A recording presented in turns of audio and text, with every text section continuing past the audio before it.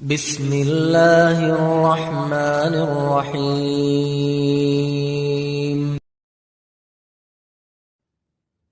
Al-Imam Muslim rahimahullah telah meriwayatkan dari hadis Anas bin Malik radhiyallahu anhu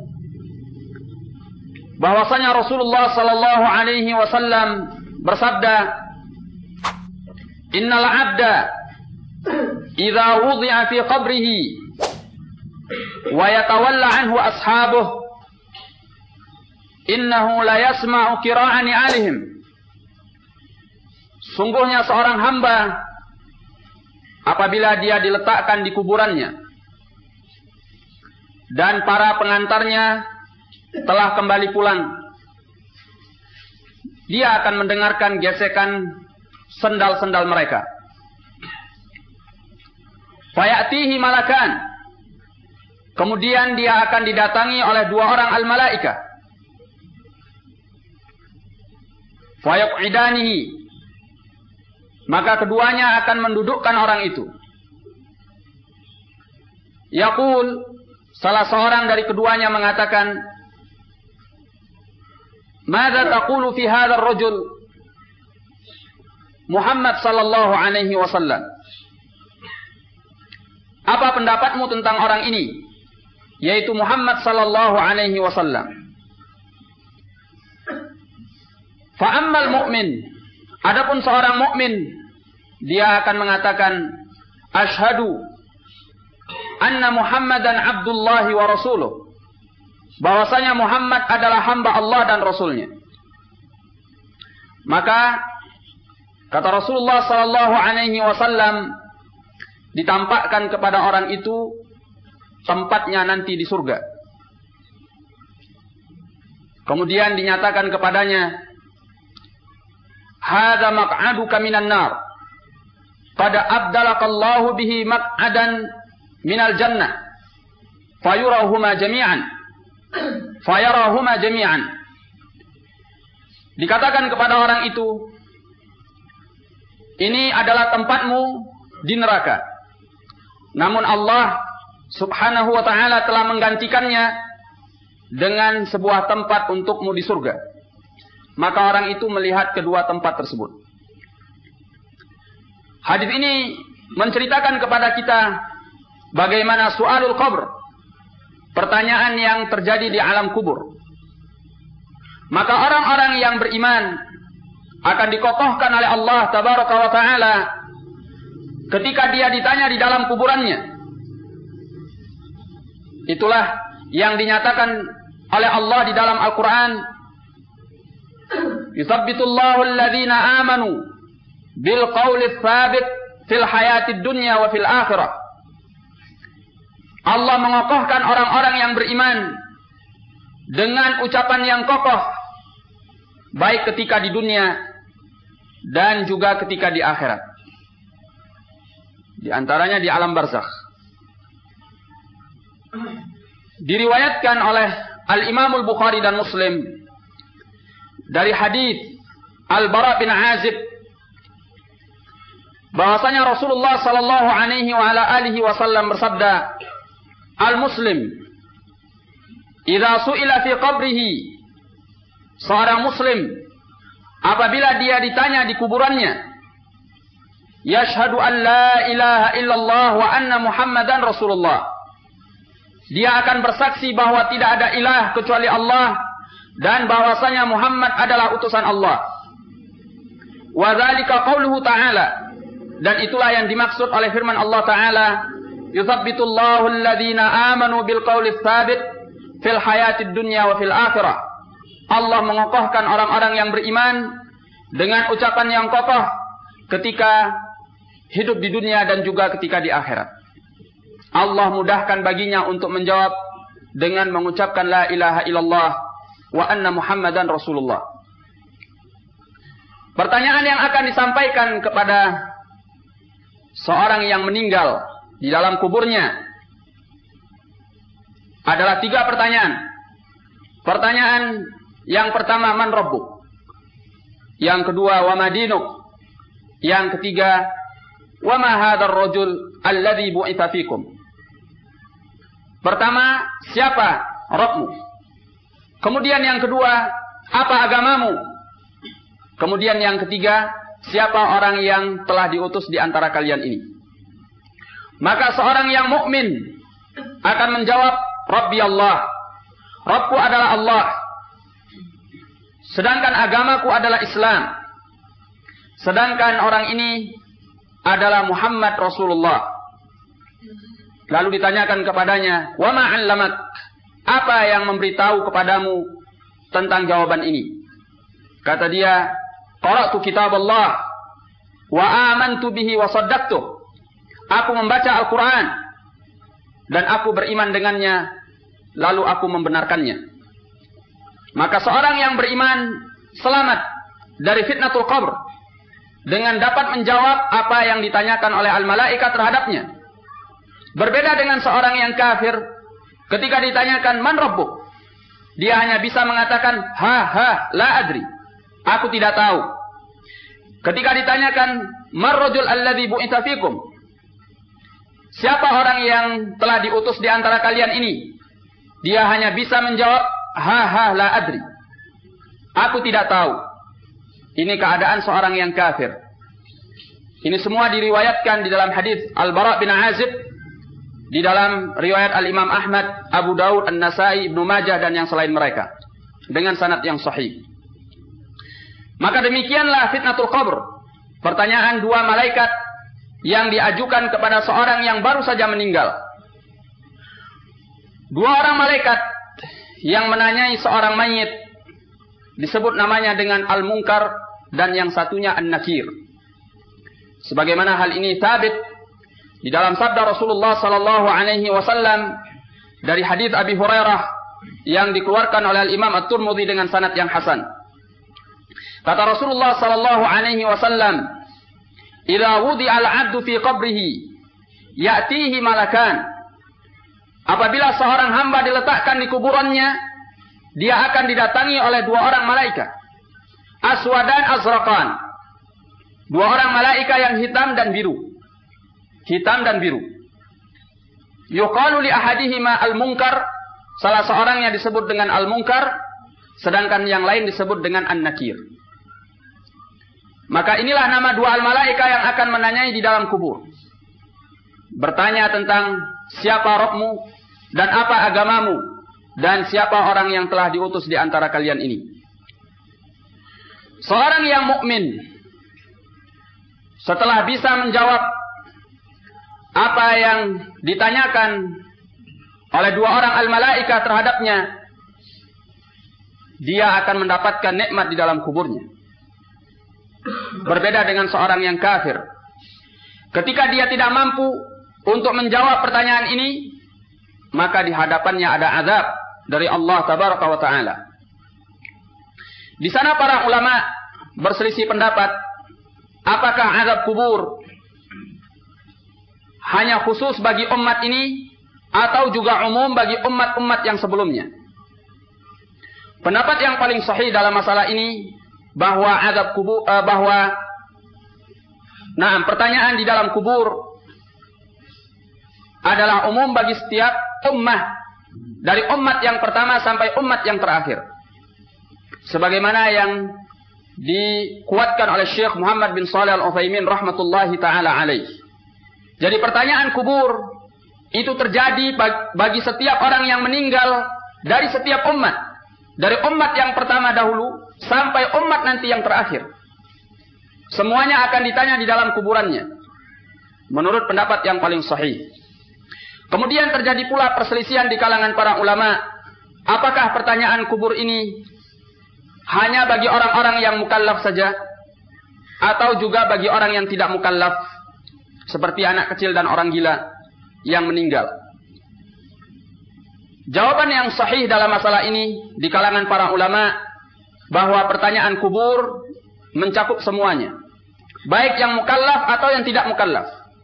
Maka pertanyaan kubur itu juga diarahkan kepada anak kecil, demikian pula kepada orang gila yang meninggal. Karena keumuman dalil-dalil yang berbicara tentang pertanyaan kubur.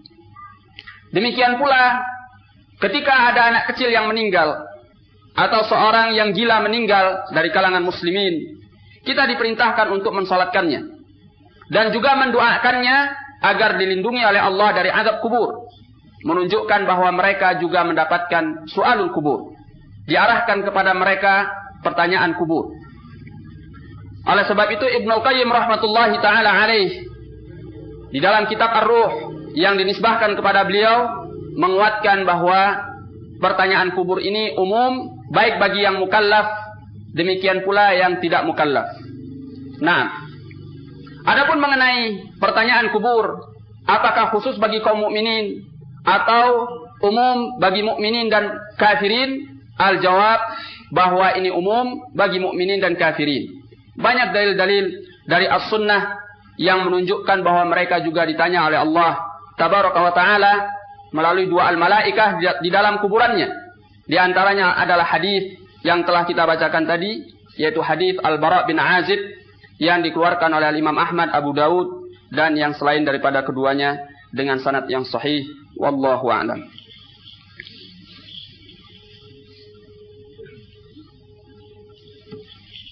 Alhamdulillah, nahmaduhu ta'ala wa nasta'inuhu wa nastaghfiruh wa na'udzu billahi min shururi anfusina wa min sayyiati a'malina.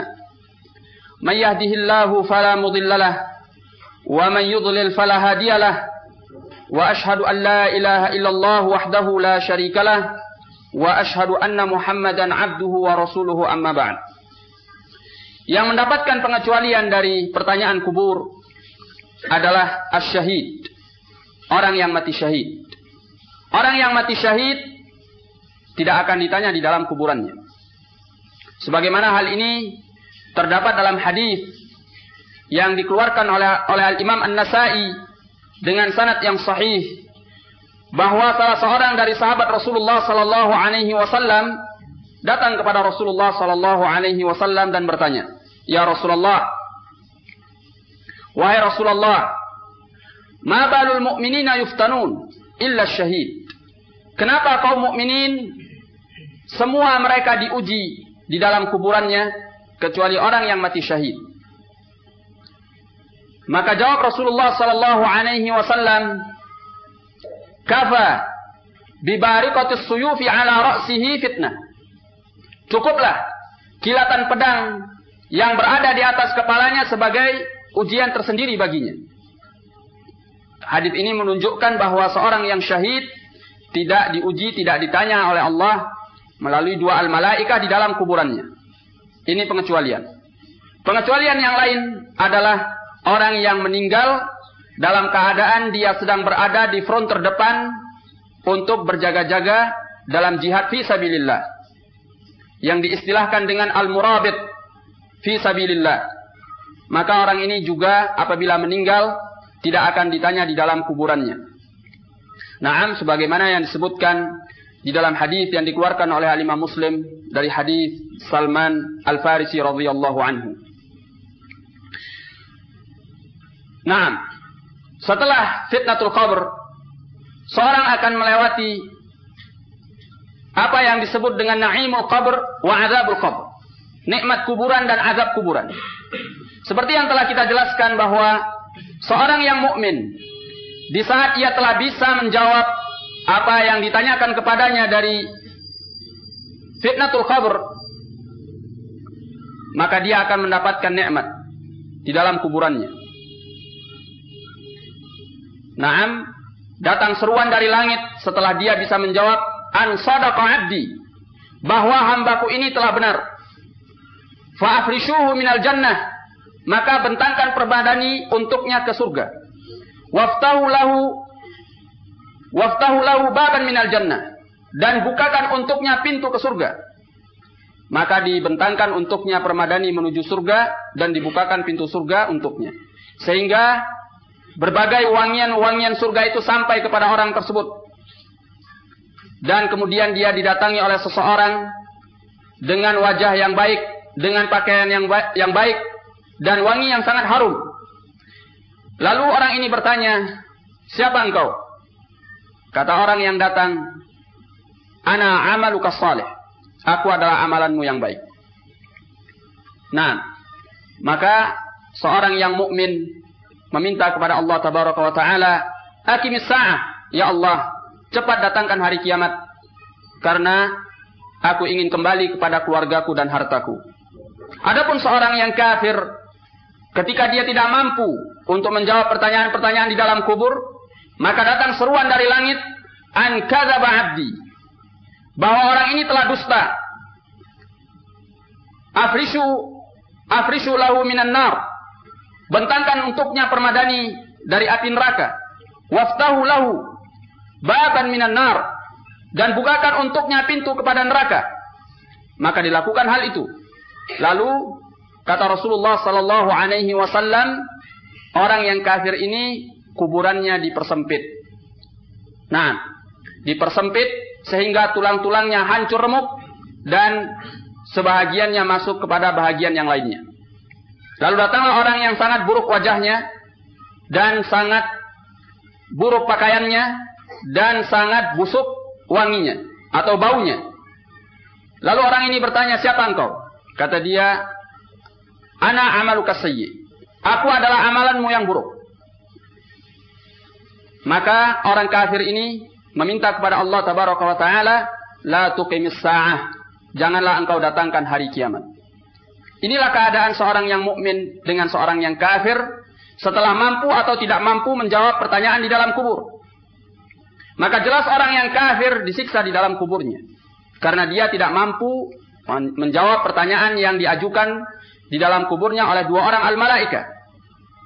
Namun bukan berarti bahwa setiap mukmin akan terlepas daripada azab kubur. Artinya sama sekali tidak akan disentuh oleh azab kubur. Al-jawab la. Seorang mukmin yang bermaksiat kepada Allah Tabaraka wa Ta'ala, bisa jadi dia disiksa oleh Allah jika Allah berkehendak karena perbuatan dosanya.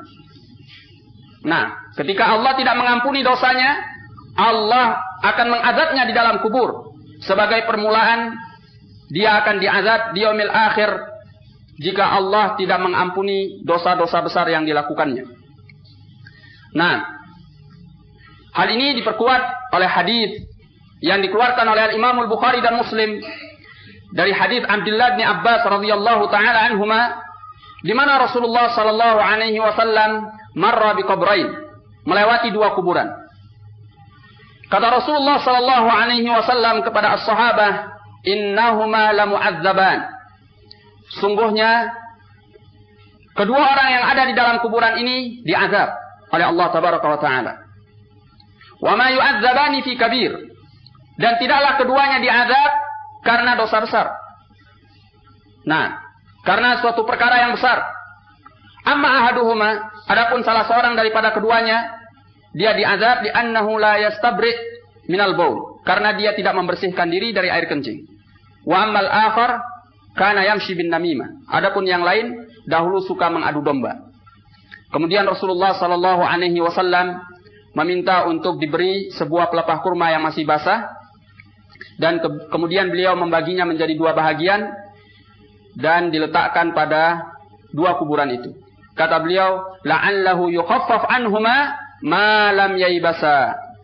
Mudah-mudahan dengan adanya dua pelepah kurma ini, kedua orang tersebut diringankan azabnya selama dua pelepah kurma ini belum kering. Ini menunjukkan bahwa dosa-dosa besar itu bisa mendatangkan azab dari Allah Tabaraka wa Ta'ala ketika di dalam kuburan. Maka seorang mukmin hendaknya berhati-hati daripada perbuatan dosa.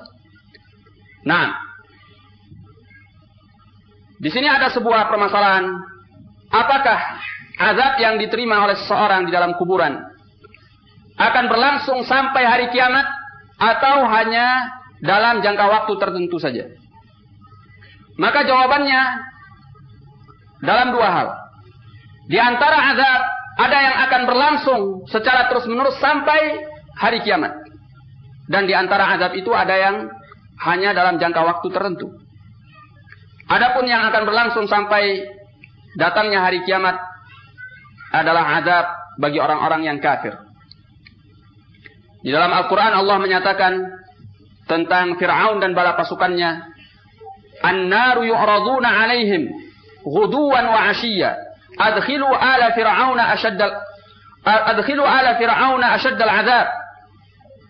Kata Allah, an-nar, api neraka itu ditampakkan kepada mereka, yakni saat mereka di dalam kuburan mereka, ghuduwan wa ashiya, baik di pagi hari ataupun di sore hari. Wa yaumal qiyamati, dan nanti pada hari kiamat, adkhilu ala fir'auna ashaddal azab. Masukkan bala pasukan Fir'aun ini dan orang-orang yang bersama mereka kepada azab yang paling keras.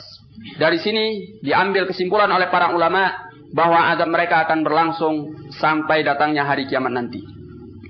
Demikian pula dalam hadis Al-Bara bin Azib yang baru saja kita baca, di dalam sebuah riwayatnya disebutkan bahwa seorang yang kafir yang tidak bisa menjawab pertanyaan yang disampaikan oleh dua orang al-malaika itu akan ditampakkan kepada dia tempatnya di dalam api neraka, dan itu hatta taqumas saah, berlangsung sampai datangnya hari kiamat. Maka ini azab yang kekal sampai datangnya hari kiamat bagi seorang yang kafir. Adapun azab yang sementara waktu adalah azab yang akan diterima oleh seorang pelaku dosa besar. Maka Allah akan mengazabnya sesuai dengan kadar dosanya, kemudian setelah itu diperingan azab untuknya. Wallahu a'lam.